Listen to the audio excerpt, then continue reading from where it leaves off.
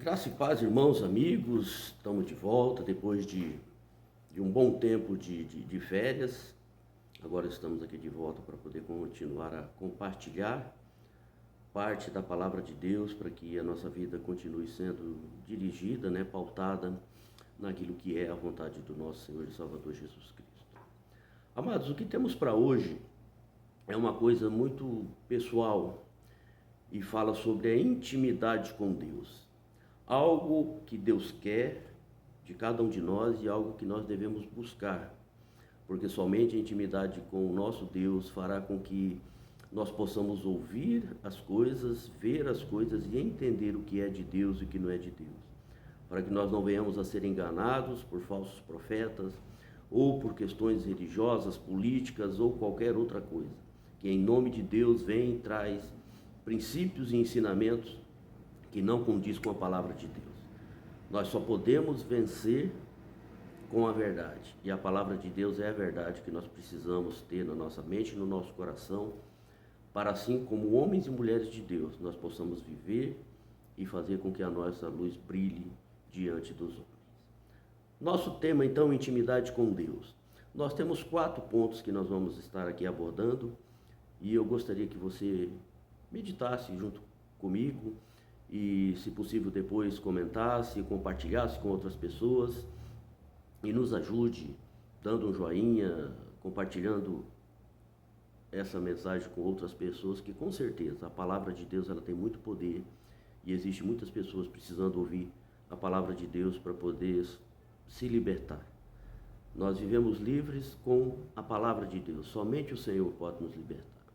Nós não conseguimos ser livres atrás de farda ou com arma na mão. Nós seremos livres se o Senhor verdadeiramente nos libertar.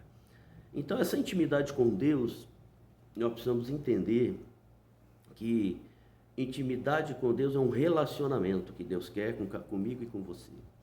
Cada um de nós, assim como eu estou falando com você nessa tarde, que o Senhor possa falar contigo, para que eu e você possamos falar com o nosso Deus e o nosso Deus nos ouvir e nós possamos entender a vontade de Deus para nós, e assim fazer com que o nosso caminhar, o nosso deitar, o nosso falar, trabalhar e tudo aquilo que Deus tem colocado à nossa mão, seja usado para louvor e glória do nome do Senhor. Então que essa intimidade, que esse relacionamento seja algo que venha a priorizar o nosso desejo de fazer a vontade de Deus. Lá no Salmo 25, verso 14, o salmista diz: o Senhor confia os seus segredos aos que o temem e os leva a conhecer a sua aliança. Olha que interessante.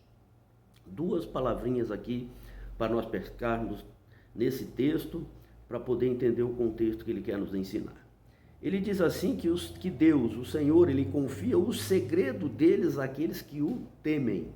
Temer é um sentimento de respeito muito profundo. Sabe, ele é mais do que um simples respeito, é algo assim que você realmente priva nesse relacionamento para que outra coisa maior aconteça, que é a aliança.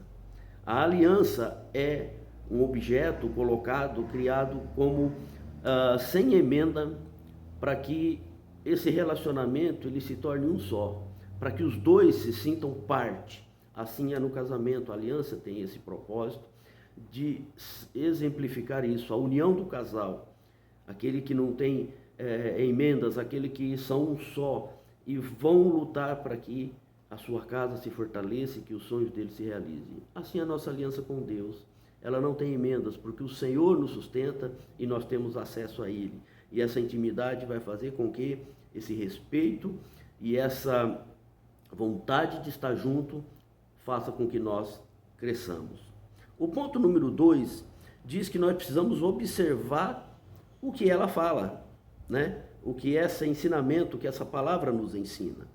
E Mateus 5, verso 12 diz assim: alegre-se e regozijem-se, porque grande é a recompensa de vocês nos céus, pois da mesma forma perseguiram os profetas que viveram antes de vocês. Aqui o Senhor Jesus, logo depois dele ensinar sobre as bem-aventuranças, ele fala sobre a perseguição, sobre aquela qualidade que os discípulos e as pessoas deviam ter de ter uma vida digna diante de Deus, diante dos homens, sem se importar com o que os outros vão falar. Porque assim também aqueles que vieram antes foram perseguidos, eles estão sendo perseguidos e nós seremos perseguidos. Por quê? Porque nós cremos num Deus vivo, porque nós defendemos aquilo que Ele nos ensinou e vivemos segundo a sua vontade e graça. Então é isso.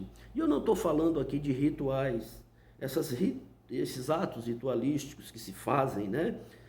Por exemplo, nós estamos véspera da Páscoa e para muitas pessoas a sexta-feira é a maior, né? E Deus diz assim que não, todos os dias são grandes, todos os dias tem a presença de Deus, todos os dias nós devemos viver como se fosse o último, amando a Deus e amando o nosso próximo. Não é aqui crítica, mas uma observação do quanto nós deturpamos aquilo que o Senhor nos ensina.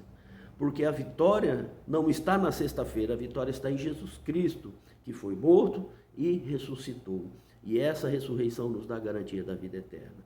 Então, amados, nós temos que, ele diz aqui, alegrem-se e regozijem-se. Nós devemos nos alegrar, regozijar, ou seja, nós temos que recordar das coisas boas que Deus tem feito na nossa vida e nos alegrarmos por isso e que essa lembrança nos impulsione a buscar novos dias com vitórias também, independente das lutas, porque nós vamos ver a luta e vamos lembrar que as lutas também estiveram no dia de ontem, mas o Senhor nos deu capacidade de vencer.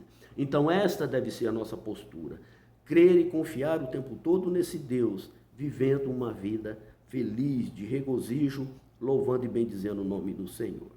E nós temos que viver também através do que ela fala, através da palavra de Deus também, né? Nós observamos o que ela falou, então, através dela. Colossenses 3,16, essa carta é escrita à igreja de Colossos, ela diz assim: habite ricamente em vocês a palavra de Cristo. Ensinem e aconselhem-se uns aos outros com toda a sabedoria e cantem salmos, hinos e cânticos espirituais com gratidão a Deus em seus corações. De novo, ela nos mandou observar para que possamos viver felizes, regozijando-se. E agora ela testifica de novo, através da palavra, se alegre, cantem cânticos espirituais, façam festa diante de Deus. E aqui no começo ele dá um toque, ele dá uma chamada muito importante, que diz assim: ensinem e aconselhem-se uns aos outros. Amados, o que nós aprendemos com esse texto de Colossenses? Que o aprendizado ele tem que ser mútuo. Eu te ensino, você me ensina, nós nos ensinamos, nós compartilhamos o que Deus tem feito, e essa comunhão juntos vai favorecer essa troca de experiência e vai ajudar no nosso crescimento. Nesta união, Deus falará através de nós. Deus vai usar a minha vida para te abençoar e Deus vai usar a tua vida para me abençoar. E nós precisamos lembrar disso, tá? E no quarto e último ponto, diz assim: quero realmente ouvir a voz de Deus? É uma pergunta. Quem que você quer ouvir? Você quer ouvir o teu líder espiritual? Você quer ouvir o rádio? A televisão? Não que isso não possa nos abençoar, mas aquela coisa, todo dia, aquela questão de alguém que não vive com você, mas tem uma vida maravilhosa, um monte de dinheiro, usa o ministério para poder montar rádio e televisão, montar palácios, e eles vivem só lá dentro, e através só da mídia ele fala com você. A única coisa que ele quer de você é o seu dinheiro e a sua fidelidade em assisti-lo. Não visita a tua casa, ele não conhece a tua família, não te abraça, não te ouve, mas ele te manda mandar mais dinheiro, ele te manda tomar copo d'água, ele te manda colocar alguma coisa atrás da porta, ele manda levar ramo, ele te inventa um monte de coisas. E a palavra de Deus, ela nos ensina que nós devemos simplesmente, na busca dessa intimidade com Deus, nessa conversa com Deus, ele vai revelar a cada um de nós o desejo dele. Mateus 5,16 diz: assim brilha a luz de vocês diante dos homens, para que vejam as suas boas obras e glorifiquem ao Pai de vocês que está nos céus. Através daquilo que nós fazemos, através daquilo que nós defendemos, através do cuidado das nossas famílias, através da forma com que trabalhamos, da maneira com que nós nos comportamos com os demais, essa luz de Deus vai brilhar em nós e as pessoas vão ver o Senhor em nós. E aí vão glorificar o nome dele. Meus queridos, meus amados irmãos, amigos, amigas, só conseguimos servir a Deus com confiança e temor se realmente tivermos um relacionamento com Ele. E esse relacionamento ele tem que ser buscado, dia após dia, toda noite, toda tarde, andando, trabalhando, dirigindo, em todo o tempo. Deus, Ele não vai conversar comigo somente à noite, só lá na igreja, só na data festiva, só no dia do evento, não. Ele veio habitar dentro de nós e em todo o tempo Ele quer falar comigo e com você, e mais do que isso, Ele quer prosperar a nossa vida. E o que é prosperar a nossa vida? Ter uma conta bancária bem grande? Não. Estar feliz, regozijando sempre, glorificando a Deus, cantando salmos e hinos, se reunindo com os irmãos, participando dos eventos públicos e mais do que isso, testificando, fazendo com que essa luz brilhe cada um de nós, para a glória e honra do nome dele. Amados, estamos de volta, felizes, animados nesse período de férias. Muita coisa eu vi, eu li, eu aprendi e quero compartilhar com você.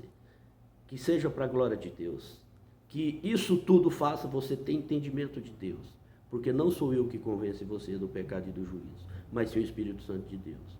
Então que Deus ricamente te abençoe e que você tema o Senhor, o busque, porque ainda nós podemos achá-lo.